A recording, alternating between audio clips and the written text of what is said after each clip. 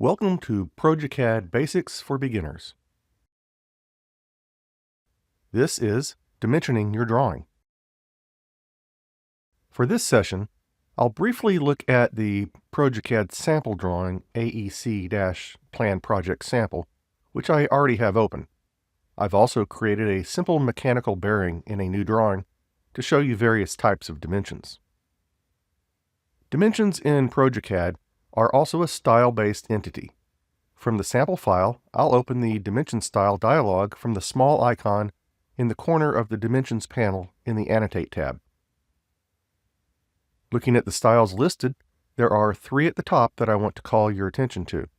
Each is the same name with a different number at the end. There are numerous methods used to dimension drawings. One of the oldest and most commonly used methods employs styles as we see here, where the number represents the intended scale of the viewport that it will be displayed in. Dimensions are placed in model space with this method. The number is the inverse value of the scale. So, the one labeled 96 is for 1/8 inch equals 1 foot views. The 48 is for 1/4 inch equals a foot views. It's probably easiest to do a quick internet search for these, but the formula is to invert the fraction. In the first case, 1/8 becomes 8/1, or just 8, and multiply it by the 12. That gives us 96.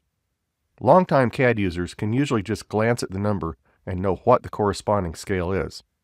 Why is this done? To match the text and dimension elements when viewed at scale on a 1-to-1 drawing, a piece of 3/16 inch text must be drawn 96 times larger than 3/16, which becomes 18 inches tall in model space, but viewed at 3/16 on the plot. This same scaling and style naming concept is often used with text and annotation as well. To show you all the settings for dimensions, I'll click on Modify for the current style. I have 7 tabs at the top. The control for the scaling I just described is in the Fit tab. Moving quickly through the tabs, the Lines tab defines how the line work is created. After that are your symbols and arrows. Notice you have a lot of options for your terminators. Next is what style you'll use and other parameters. The Fit tab has to do with placement and scaling.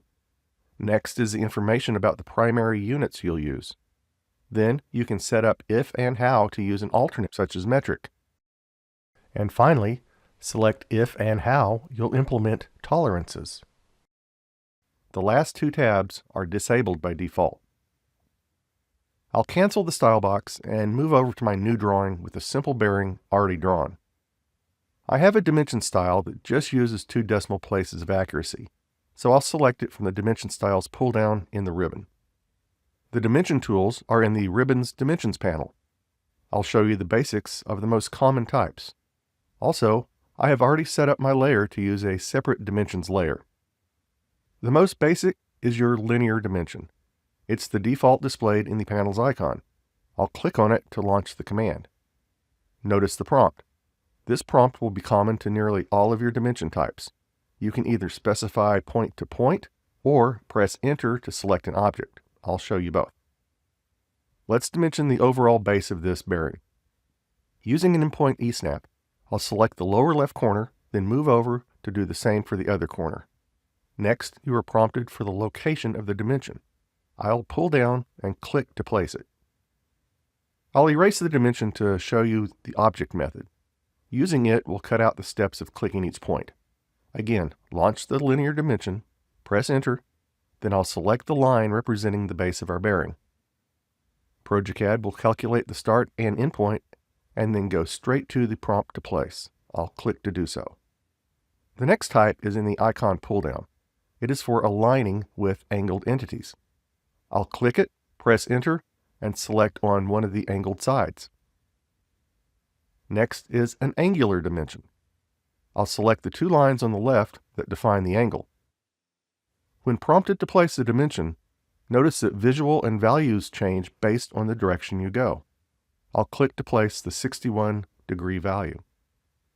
Next are the radial dimension types. All of these prompt you to select an object instead of giving you the option of points. The first is a radius dimension. I'll select the outer circle and place the dimension. Next is the diameter dimension. I'll select the inner circle and pull out to the left to place it. The last type is arc length. I'll select the top arc and place the dimension. That's pretty good, but I didn't get the two hidden holes on either side. To demonstrate two dimensioning styles, I'll erase the 8-inch base dimension and demonstrate both. These are called continuous and baseline dimensions, and both start with an existing dimension. I'll create a linear dimension from the left endpoint to the endpoint of the first center line. Now, I'll launch the continuous dimensioning tool and select the linear dimension I just put in. That is our starting point. From there, it's just a matter of selecting the next point and the next point until you're done. Click Enter when you are. For the baseline style, I'll erase all three and start over again creating our initial linear dimension. Launching the baseline command, I'll select the remaining initial dimension. Continuing across the bearing, I'll select the center line of the side of the hole, the center of the circles, the center of the line to the right, followed by the endpoint.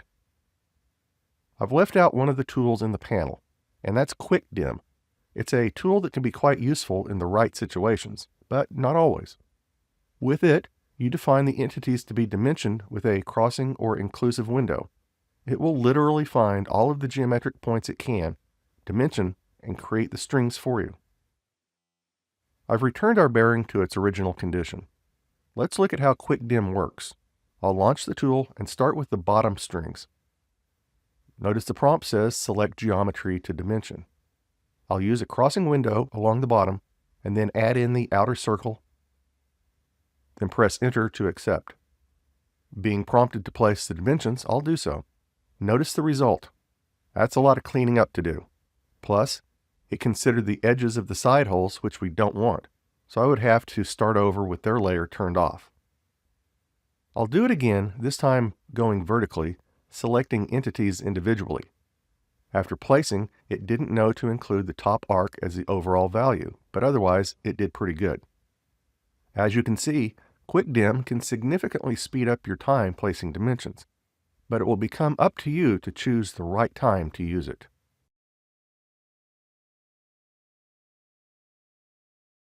You can find out more information, download their 30-day free trial, or purchase your own progeCAD license at www.progeCAD.com.